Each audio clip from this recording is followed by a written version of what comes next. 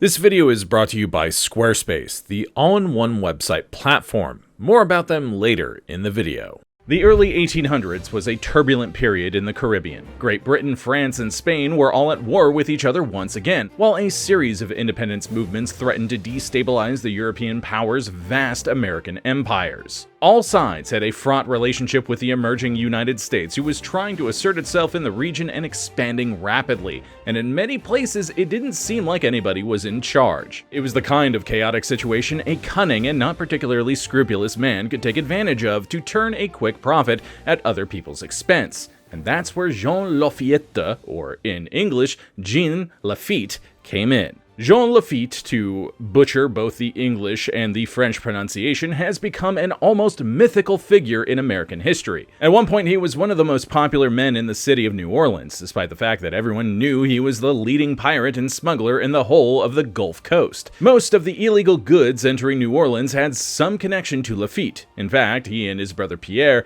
built themselves a vast criminal empire in the Louisiana swamps, much to the consternation of the overworked and undermanned U.S. Customs authorities. He is celebrated as a patriot and a hero for helping to aid in the defense of New Orleans during the War of 1812, despite the fact that his assistance was more about self-interest than any true sense of patriotism. For such a famous figure, relatively little is understood about Jean Laffite's life. There continue to be debates about where he was from, how old he was, how he died, even on the correct spelling and pronunciation of his last name, and we're going to use all of them, even ones that I might make up just for the hell of it for this video. Because that is a Biographics tradition, people, and if you don't believe me, go look back at our older videos with my, more aerodynamic predecessor, to steal a Karlism. Jean Laffite was the last of a dying breed. He was the last in a series of infamous Caribbean pirates that stretch back to the days of Henry Morgan nearly 200 years earlier. Like many pirates, Laffite's legend has been far greater in death than it ever was while he was alive, making it difficult to sort the facts from fiction. Any story of his life is going to have its fill of supposition and guesswork, at least until someone invents a time machine and goes back to see what actually happened.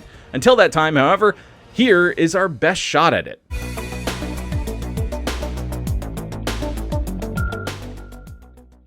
Welcome back to Biographics. I'm your host, Eric Malachite, and today's script was provided by Ben Edelman, so be sure to show them some love as you deploy your likes and do all the things that help keep the eldritch beast that is the YouTube algorithm going. Let's get to it.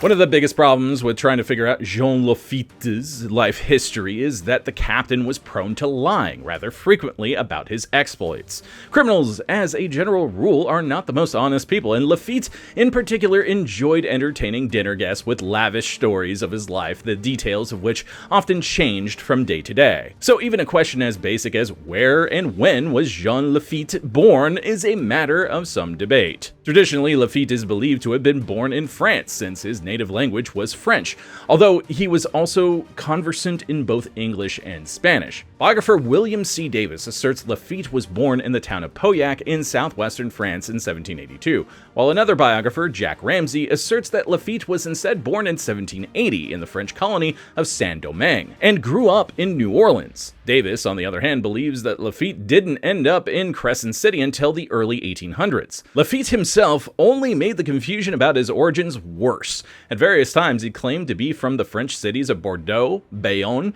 Saint-Malo, and Brest. On several occasions, he claimed he was actually born in northern Spain, not France, and in one particularly far-fetched story, he once told people he was actually from New York. Wherever he came from, Laffite clearly received some education and was trained as a sailor, though nobody knows by whom. By 1806, it was known that Laffite was in New Orleans, working closely with his older brother Pierre, who was having a rough go of it as a merchant in the city. The confusion over the origins of the Laffites even extends to the simplest of concepts: how to spell the word Laffite. While the Laffites always sign their names with two F's, many sources spell it with two T's instead. Contemporary sources also contain a wide variety of other spellings like Laffite and Laffette. This is assuming, of course, that Laffite was even their real name. Criminals adopting aliases and fake names is not exactly a far-fetched concept after all.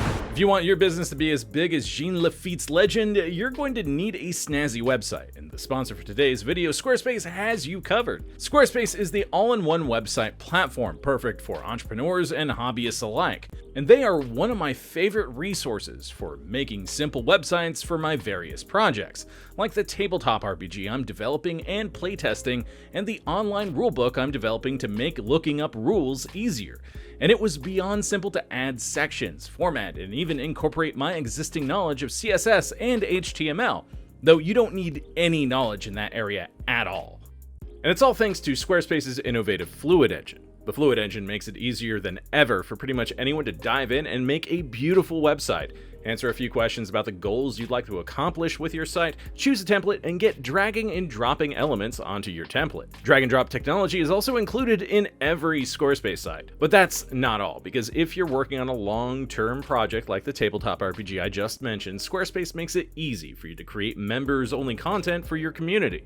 Monetize your projects by selling access to online courses, blogs, videos, and memberships. Start with a fully customizable website and earn recurring revenue by gating your content behind a paywall. Simply set the price and choose whether to charge a one-time fee or subscription for access. And then you can use Squarespace email campaigns to make it easy for you to spread the word about your project, engage clients, promote your services, and grow your business. Plus, if you're as busy as I am, you can even set up email automations to stay connected, nurture leads, and save time. Ready to get started? Head to squarespace.com/biographics for a free trial, and when you're ready to launch, use offer code biographics to save 10% off your first purchase of a website or domain. Now, back to your regularly scheduled program.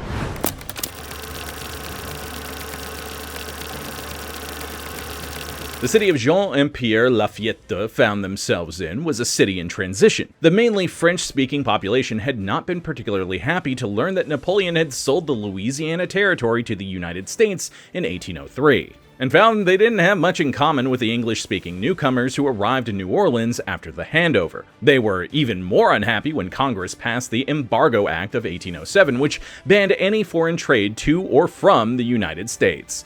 The law, designed to protect American neutrality amid rising tensions with both Great Britain and France, threatened to financially cripple New Orleans. It was, after all, a major trade port dependent for its wealth on the imports and export of goods. Wherever commodities are desired and cannot be obtained legally, a criminal element providing those commodities usually springs up, and for New Orleans, that came in the form of so-called pirates of Barataria. To the south of the city lies Barataria Bay, named after a fictional island in the novel Don Quixote.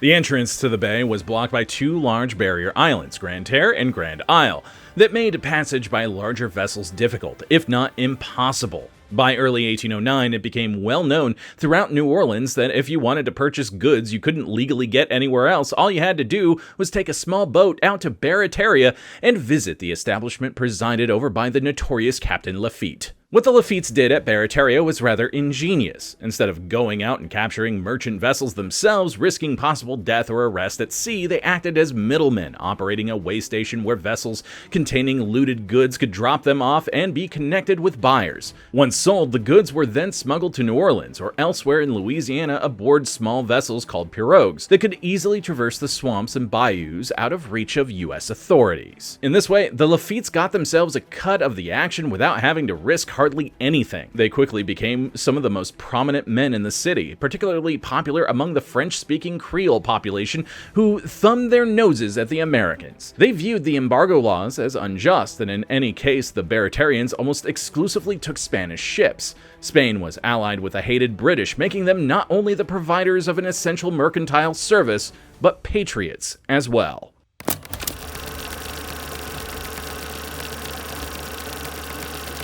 Despite being commonly derided as pirates by the authorities, the Baratarians didn't consider themselves as such. Instead, they were privateers, a legitimate profession of the period. Nations at war commonly augmented their naval forces by issuing letters of marque, authorizing civilian ships to attack enemy vessels and bring them in as prizes to be sold for profit. Admittedly, the line between privateer and pirate was a murky one, since privateers were required to follow certain rules, like bringing their prizes back to a port controlled by a friendly nation to be sold. The U.S. U.S. as a neutral nation legally could not permit privateers to offload their cargo in their territory, or allow privateer ships to be fitted out in U.S. ports, making the Barataria operation undoubtedly illegal. Still, being an illegal privateer was still better than being a pirate. Privateers, if caught, faced fines and the loss of their ships, while pirates could expect to find themselves dangling from a gallows rope.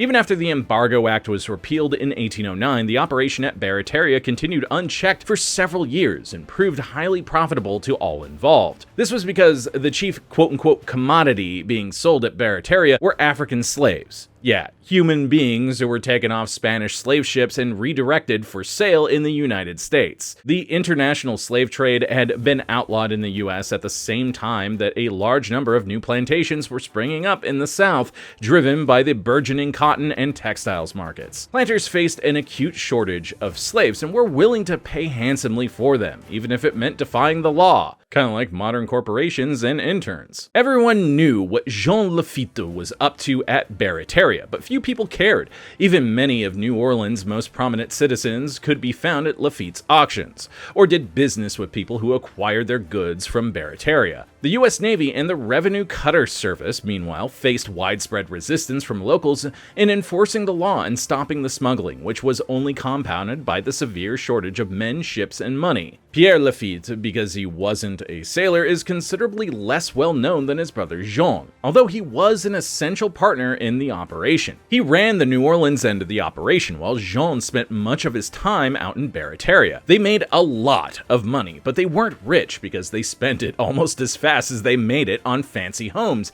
expensive wines and jewelry, properties for their mulatto mistresses and children in New Orleans, and by reinvesting it in the operation to make it bigger and more profitable. So like a corporation. Both brothers frequently found themselves in debt, hounded by creditors, particularly Pierre.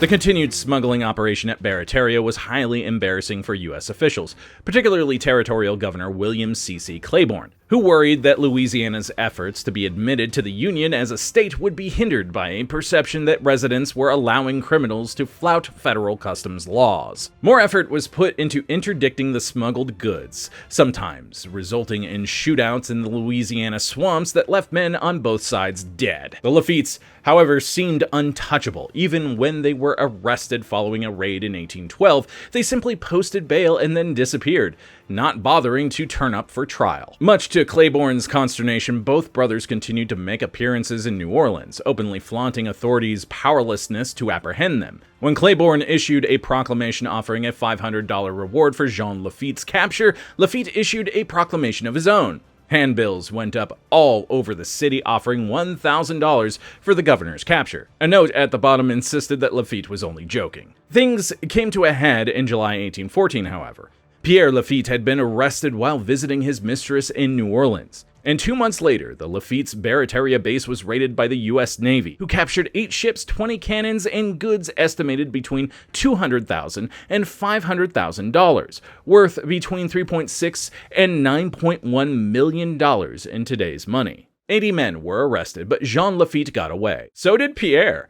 Apparently, one of his many friends in town unlocked his jail cell and let him escape. However, they had lost most of their assets, and their organization seemed fatally crippled. However, the Laffites had one final trick up their sleeve. The United States had been at war with Great Britain for the last 2 years, and it hadn't gone particularly well for them. Now the British were planning to attack New Orleans, hoping to close the Mississippi River to American commerce, which would have disastrous effects on the country's economy. 10 days before the Americans raided Barataria, a British warship had shown up at the smugglers' base with an offer for Jean Laffite. In return for aiding the British in their attack on the American city, Laffite would be given an officer's commission and be rewarded with land grants in British Canada upon the conclusion of the war. Laffite informed the British he would need 15 days to decide on their offer. In reality, he probably never even considered it. He wasn't a farmer. What did he need land for? Besides, most of his men hated the British passionately, and it would have been difficult to persuade them to follow the Union Jack into battle. On the other hand, the British had unintentionally given Laffite a way out of his current legal difficulties with the United States. He could show American authorities the offer, make a big show of rejecting it in the name of patriotism, then offer the services of himself and his men in the defense of New Orleans. All he would ask for in return was a pardon for himself and his fellow privateers that would get the authorities off their back.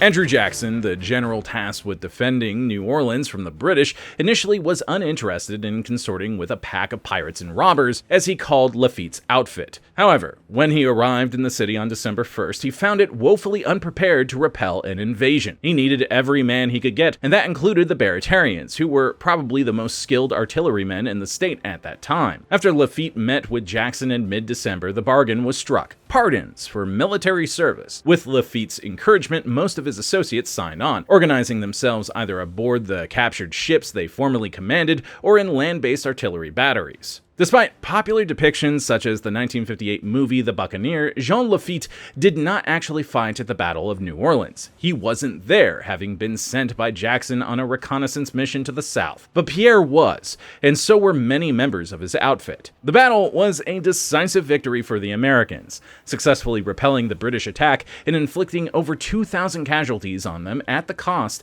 of just 71 of their own. Most of the glory went to Jackson, who rode this national fame all the way to the White House in 1828. But there was enough to go around for men like the Laffites, who, as agreed, received formal clemency from President James Madison in 1815. But now they had to rebuild their operation from the ground up, which required money. And lots of it. The nations of Europe were finally at peace with each other and the United States, but a new conflict offered opportunity. Many of Spain's American colonies had attempted to take advantage of the chaos in the motherland to throw off the Spanish yoke and become independent states. There were half a dozen different rebel factions to choose from, all of which were eager to do damage to Spanish shipping. There were also bands of American adventurers known as filibusters, who sought to lead privately sponsored independence movements of their own. Many of these factions went to men like the Laffites with offers of employment or letters of marque. The Laffites, however, saw profit from another corner: Spain. They secretly offered their services to the Spanish government as spies, claiming they could provide insider information on the various rebel forces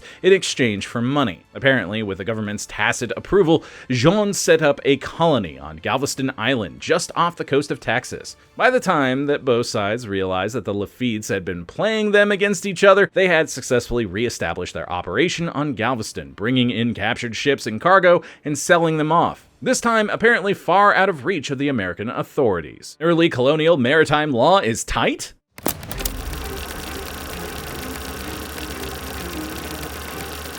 Between 1817 and 1871, Jean Laffite effectively ruled over Galveston, which at its peak had over 2,000 inhabitants and 120 permanent structures. Laffite was described by his men as being tough but fair, doling out harsh discipline for people who broke his quote-unquote laws, but also ensuring that everyone was paid their fair share. He was also known for his decent treatment of prisoners taken by his men, hardly the bloodthirsty pirate he was portrayed as in the newspapers. That didn't mean his time in Galveston was without difficulty. His outfit fought sporadic battles with the Karankawa Native Americans, and in the fall of 1818, a hurricane flattened almost every structure on the island and flooded it, forcing Laffite and his men to take refuge in their ships. However, the most pressing issue he faced was that by 1821, both the US and Spain were growing tired of his shenanigans. Evil shenanigans. I swear to God, I'll pistol whip the next guy that says shenanigans. Spain, which was slowly but surely losing its grip on its American empire,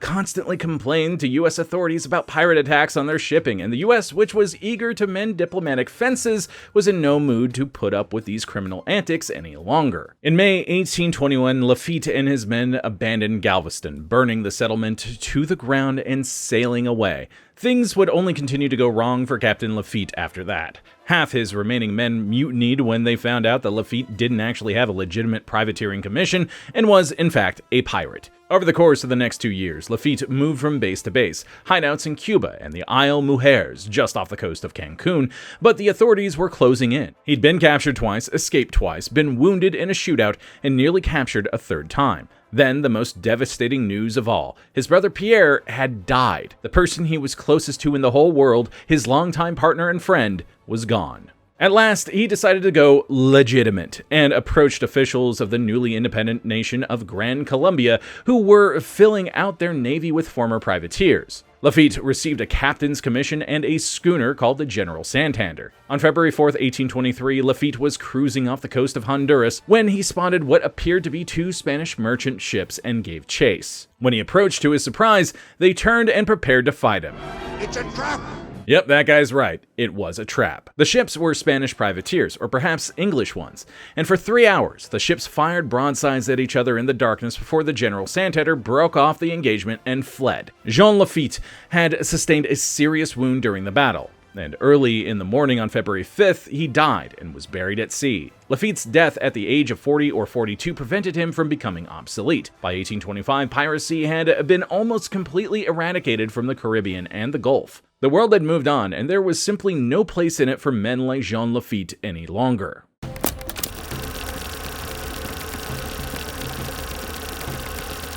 Since reports of Laffite's death were not widely circulated outside of South America, it seemed to many in the United States that the celebrated pirate captain had simply vanished. And so, legend supplanted fact, and the stories got wilder and wilder as time passed. The best story was that Laffite had secretly helped Napoleon escape his exile in St. Helena, and that both of them lived quietly in Louisiana until their deaths. One recent book alleges that Laffite actually faked his death, changed his name, and moved to a small town in North Carolina before dying in 1875. And like all pirates, reports of buried treasure associated with Jean Laffite have cropped up on a regular basis for the last 200 years, leading to a lot of fruitless digging on small islands across the Gulf. And yes, I mean the Gulf of Mexico. Many people believed for a long time that Lord Byron's celebrated work The Corsair was based on Laffite, though it seems unlikely that Byron would have even heard of the man when he wrote the poem in 1814. Laffite continues to be a famous name in Louisiana, however. 2 towns in Jefferson Parish are named after him, and so is the Jean Laffite National Historic Park and Preserve, maintained by the National Park Service, which includes the 1815 battlefield. 2 establishments on Bourbon Street in New Orleans are associated with him. Laffite's blacksmith shop, which is purported to be where the Laffites fronted their illegal smuggling operation and is now a bar, and Laffite's Cafe in Exile, purported to be the oldest continually operating gay bar in America. Both are popular tourist destinations year-round. Jean Laffite, like many pirates, has had his life romanticized beyond all reason by pop culture. The fact was, however adventurous his life was, he was still a criminal, and whether he was personally violent or not, people died because of his greed.